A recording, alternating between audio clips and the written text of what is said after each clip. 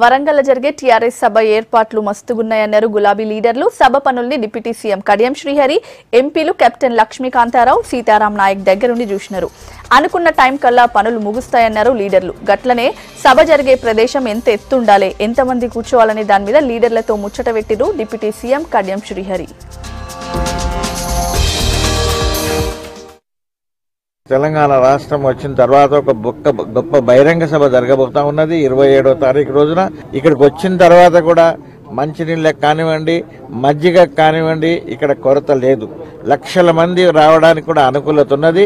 ఈసారి కనీసం 25 లక్షల కంటే పైనే ఇక్కడికి వస్తారనే ఒక అంచనా ఉన్నది, కానీ దాని లోపల మాత్రం వస్తారనేది లేదు.